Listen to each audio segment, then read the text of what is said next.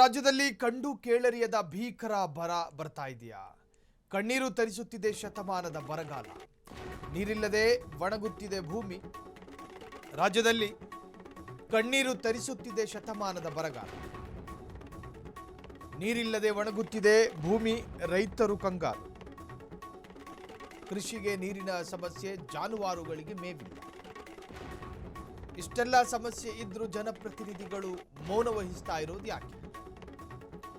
ರೈತರ ಅಹವಾಲು ಕೇಳೋ ಸಚಿವ ಶಾಸಕರೇ ಇಲ್ಲ. ಸ್ವಕ್ಷೇತ್ರಗಳಿಗೆ ಕಾಲಿಡುತ್ತಿಲ್ಲ ಜನಪ್ರತಿನಿಧಿಗಳು. ಜನರಿಗೆ ಬರ, ನಾಯಕರಿಗೆ ಸಂಪುಟದ್ದೇ ಚಿಂತೆ. ಮಂತ್ರಿಗಿರಿ ಗಿಟ್ಟಿಸಿಕೊಳ್ಳೋದಕ್ಕೆ ಜನಪ್ರತಿನಿಧಿಗಳು ಬ್ಯುಸಿಯಾಗಿದ್ದಾರೆ. ರೈತರ ಸಮಸ್ಯೆ ಕೇಳೋ ಬದಲು ದೆಹಲಿಯಲ್ಲಿ ಬೀಡು ಬಿಟ್ಟಿದ್ದಾರೆ. ಆಪ್ತರಿಗೆ ಸಚಿವ ಸ್ಥಾನ ಕೊಡಿಸೋದಕ್ಕೆ ಬಿರುಸಿನ ಲಾಬಿ.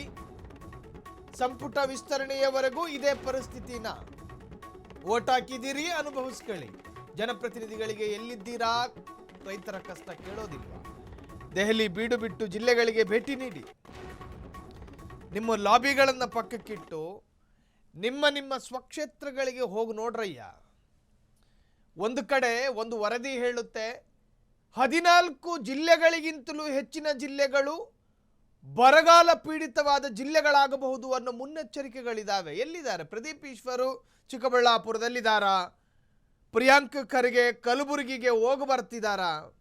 ಎಲ್ಲಿಗೆ ಹೋಗ್ತಿದ್ದಾರೆ? ಏನು ಮಾಡ್ತಾ ಇದ್ದಾರೆ?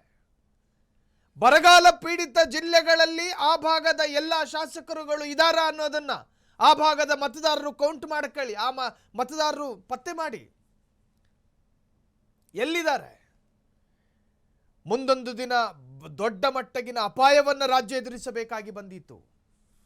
ಭಾರಿ ಪ್ರಮಾಣದ ನೀರು ಸಂಗ್ರಹ ಆಗಿಲ್ಲ. ರಾಜ್ಯದ ಡ್ಯಾಮ್ಗಳಲ್ಲಿ, ಜಲಾಶಯಗಳಲ್ಲಿ ನೀರಿಲ್ಲ. ಮತ್ತೊಂದು ಕಡೆ ತಮಿಳುನಾಡು ಮತ್ತೊಮ್ಮೆ ಮಗದೊಮ್ಮೆ ಪ್ರಾಧಿಕಾರಕ್ಕೆ ಮನವಿ ಮಾಡ್ತಾ ಇದೆ. ಇಂತಹ ಸಂದರ್ಭದಲ್ಲೂ ಕರ್ನಾಟಕ ನೀರು ಬಿಡಬೇಕು ಅಂತ. ಈ ಎಲ್ಲ ವಿಚಾರಗಳನ್ನು ಮುಂದಿಟ್ಟುಕೊಂಡು ರಾಜ್ಯದಲ್ಲೊಂದು ತುರ್ತು ಸಭೆ ಬೇಡ? ರಾಜ್ಯದಲ್ಲೊಂದು ಬರ ವಿಚಾರಕ್ಕೆ ಸಂಬಂಧಪಟ್ಟ ಹಾಗೆ ಎಷ್ಟು ಸಭೆ ಮಾಡಿದ್ದೀರಿ? ರಾಜ್ಯ ಸರ್ಕಾರಕ್ಕೆ ಪ್ರಶ್ನೆ ಮಾಡೋದಾದ್ರೆ ಒಂದೇ ಒಂದು ಪ್ರತ್ಯೇಕ ಸಭೆಗಳಾಗಿಲ್ಲ. ನಿಮ್ಮ ಸಭೆಗಳಾಗಿದ್ದು ಪಾಟೀಲಿಗೆ ಯಾವ ಸ್ಥಾನ ಕೊಡೋಣ, ಈ ಕಡೆ ಇವರಿಗೆ ಯಾವ ಸ್ಥಾನ ಕೊಡೋಣ, ಇವರಿಗೆ ಯಾವ ಖಾತೆ ಕೊಡೋಣ, ಅವರಿಗೆ ಯಾವ ಖಾತೆ ಕೊಡೋಣ. ಈ ಖಾತೆ ಖ್ಯಾತೆ ಬಿಟ್ಟರೆ ರೈತರ ಪರ, ಬರಗಾಲ ವಿಚಾರಕ್ಕೆ ಸಂಬಂಧಪಟ್ಟ ಹಾಗೆ ಮಳೆ ಬರ್ತಿದೆಯಾ ಇಲ್ವಾ, ಆಕಾಶಕ್ಕೆ ಕಣ್ಣು ಬಿಟ್ಟು ನೋಡೋ ಪ್ರಯತ್ನ ನಿಮ್ಮಿಂದಾಗಿಲ್ಲ. ನಿಮಗಾಗಿದ್ದಿಷ್ಟೇ, ಡೆಲ್ಲಿಗೆ ಟಿಕೆಟ್ ಮಾಡಿಸ್ದ, ಇವತ್ತೇ ಹೊರಡಬೇಕಾ? ಈ ಪ್ರಹಸನಗಳಲ್ಲದೆ ಯಾವ ಪ್ರಹಸನಗಳು ಕೂಡ ರಾಜ್ಯದಲ್ಲಿ ನಡೀತಾ ಇಲ್ಲ. ಅಲ್ಲಿ ಬ್ರೇಕ್ಫಾಸ್ಟು, ಇಲ್ಲಿ ಲಂಚು, ಅಲ್ಲಿ ಡಿನ್ನರು. ರೈತ ಮನೆ ಬಾಗಿಲಲ್ಲಿ ನಿಂತ್ಕೊಂಡು ಬಾಯ್ ಬಡ್ಕೊಳ್ಳುವಂತಹ ಪರಿಸ್ಥಿತಿ ರಾಜ್ಯದಲ್ಲಿದ್ದಾವೆ. ಹಾಗಾಗಿ ಫ್ರೀಡಮ್ ಟಿವಿಯ ಪ್ರತ್ಯೇಕ ಕಾಳಜಿ ಏನು ಅಂತ ಕೇಳಿದ್ರೆ, ನಿಮ್ಮ ಸ್ವಕ್ಷೇತ್ರದಲ್ಲಿ ಬೀಡು ಬಿಡಿ, ದೆಹಲಿನ ಮರೆತು ಬಿಡಿ. ಸೊ ಈ ಬಗ್ಗೆ ಹೆಚ್ಚಿನ ಡೀಟೇಲ್ಸ್ ಕೊಡೋದಕ್ಕೆ ನಮ್ಮ ಪ್ರತಿನಿಧಿ ಮಾರುತಿ ಮತ್ತೆ ಸಂಪರ್ಕದಲ್ಲಿ. ಮಾರುತಿ, ಎಲ್ಲ ಒಂದು ಕಡೆ ರಾಜ್ಯದ ಅನೇಕ ಜಿಲ್ಲೆಗಳು ಮುಂದೊಂದು ದಿನ ಬರಪೀಡಿತ ಜಿಲ್ಲೆಗಳಾಗಬಹುದು ಅನ್ನೋ ವಾರ್ನಿಂಗ್ ಈಗಾಗಲೇ ಇದೆ. ಇಂತಹ ಸಂದರ್ಭದಲ್ಲೂ ಕೂಡ ಆಯಾಯ ತಾಲೂಕಿನ ಶಾಸಕರು ಆ ಕ್ಷೇತ್ರದಲ್ಲಿರೋದು ಬಿಟ್ಟು ಲಾಬಿಗಳ ಹಿಂದೆ ತಿರುಗಾಡ್ತಾ ಇರೋದು ಎಷ್ಟು ಸಮಂಜಸ ಅನ್ನೋದು ಮಾರುತಿ? ಹೌದು, ರಾಜ್ಯದಲ್ಲಿ ಭೀಕರ ಬರಗಾಲ ಇದೆ. ರೈತರಿಗೆ ಸಾಕಷ್ಟು ಸಮಸ್ಯೆಗಳಾಗತ್ತೆ. ನೀರ್ ಸಿಗ್ತಿಲ್ಲ, ಮತ್ತೆ ಅದೇ ರೀತಿ ಜಾನುವಾರುಗಳು ಕೂಡ ಮೇವು ಸಿಗ್ತಿಲ್ಲ. ಇವೆಲ್ಲವೂ ಕೂಡ ಇಷ್ಟೆಲ್ಲಾ ಸಮಸ್ಯೆಗಳು ರಾಜ್ಯದಲ್ಲಿ ತಾಂಡವಾಡ್ತಿದ್ರು ಕೂಡ ಎಲ್ಲೋ ಒಂದ್ ಕಡೆ ಕಾಂಗ್ರೆಸ್ ಸರ್ಕಾರ ತಮ್ಮ ಸಚಿವ ಸ್ಥಾನಗಳನ್ನ ಪಡೆಯುವ ಲಾಬಿಯಲ್ಲಿ ಶಾಸಕರಿದ್ರೆ, ಇನ್ನೊಂದ್ ಕಡೆ ಸಚಿವ ಸಂಪುಟ ಕಸರತ್ತಲ್ಲಿ ಸಿಎಂ ಮುಳುಗಿರೋದ್ರಿಂದ ಯಾರು ಕೂಡ ಜಿಲ್ಲೆಗಳ ಕಡೆ ಹೋಗ್ತಿಲ್ಲ.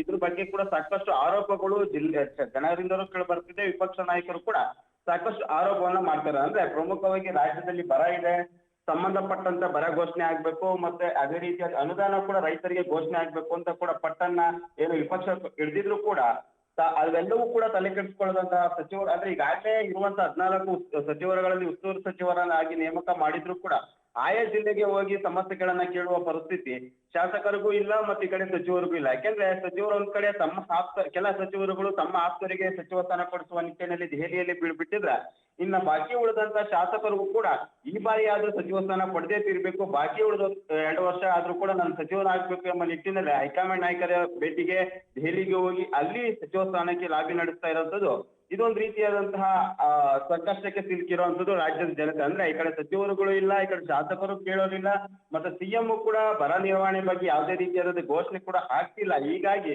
ರೈತರು ಕೂಡ ಸಂಕಷ್ಟದಲ್ಲಿರುವಂತದ್ದು, ಜನರು ಕೂಡ ಸಂಕಷ್ಟದಲ್ಲಿರುವಂತದ್ದು. ಒಟ್ಟಿನಲ್ಲಿ ಕೇಳೋರು ಯಾರು ಇಲ್ಲ. ಕೇವಲ ಸಚಿವ ಸಂಪುಟ ವಿಸ್ತರಣೆ, ಆ ಸಚಿವ ಸ್ಥಾನ ಪಡೆಯುವ ನಿಟ್ಟಿನಲ್ಲಿ ಸರ್ಕಾರ ಸಂಪೂರ್ಣವಾಗಿ ಮುಳುಗಿದೆ ಅಂತಲೂ ಕೂಡ ಹೇಳ್ಬಹುದು ಸಾಯಿಲ್.